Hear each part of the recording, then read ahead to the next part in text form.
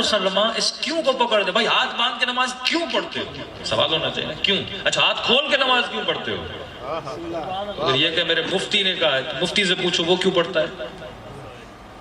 تو مجھے جواب یہ چاہیے میں اس لیے ہاتھ کھول کے پڑھتا ہوں کیونکہ نبی نے ہاتھ کھول کے پڑھی تھی.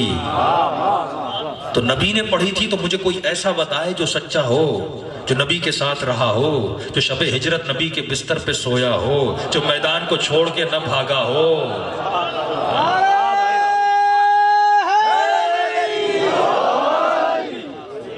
بھائی گھر والے بتائیں گے نا گھر پہ کیسی نماز پڑھی جاتی تھی, تو میں باہر والوں سے کیوں پوچھوں, اتنا دور کیوں جاؤں.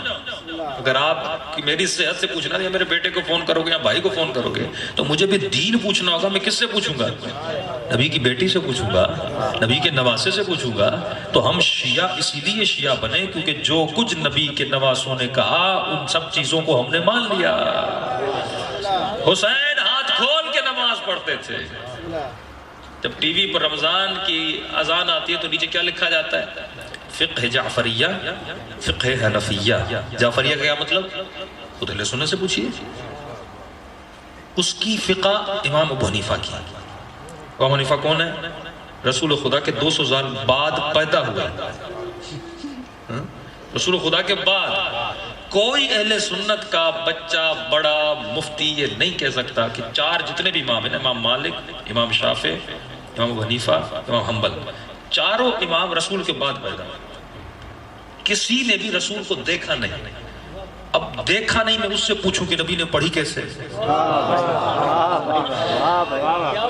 چاروں میں سے کسی بھی مفتی سے پوچھئے. بھئی تعصب کی بات نہیں, اللہ نے عقل کی کھوپڑی کسی لیے استعمال کے لیے دی ہے نا. گدھے گھوڑے تو نہیں ہے کہ رسی باندھ کے جہاں دل کرے وہاں کھینچتے ہوئے لے جاؤ. رسی بھی اس کی ہو جو عقل مند ہو, تو وہ راستہ بھی صحیح دکھلائے گا. ہر رسی بری نہیں ہوتی. اگر علی رسی گردن میں ڈال کے جنت میں لے جائے تو چلے جانا. یہ دیکھو رسی کس کے ہاتھ میں ہے؟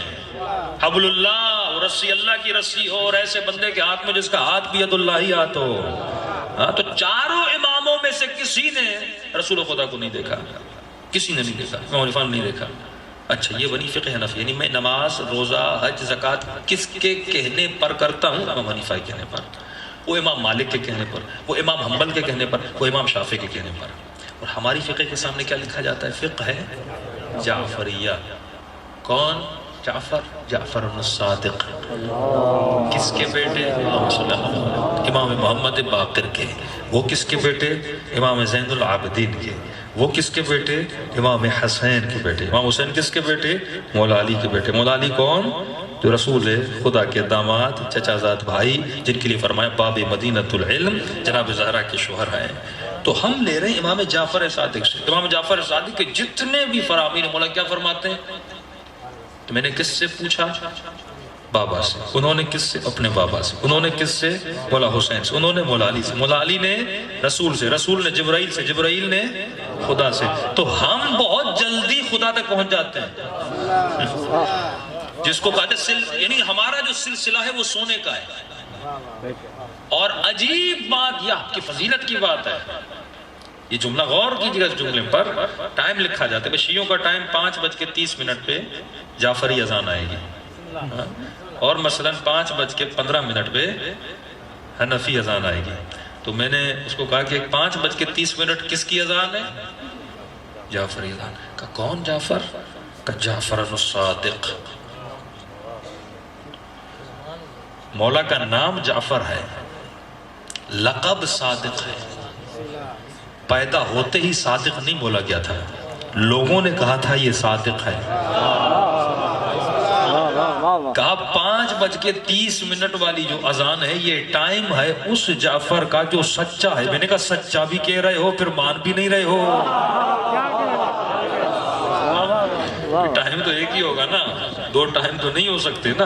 فقہ تو ایک ہی ہے. ہم نبی لوگوں کو لڑا تو نہیں رہتے, کبھی یہاں ہاتھ رکھ کے نماز پڑھتے, کبھی یہاں ہاتھ رکھ کے نماز پڑھتے. گویا نبی امت کو لڑا کر گئے ہیں. یہ لڑانے والے بعد والے تھے. مصطفیٰ تو امت کو ایک کر کے گئے تھے جب علی کی ولایت کا اعلان کیا تھا.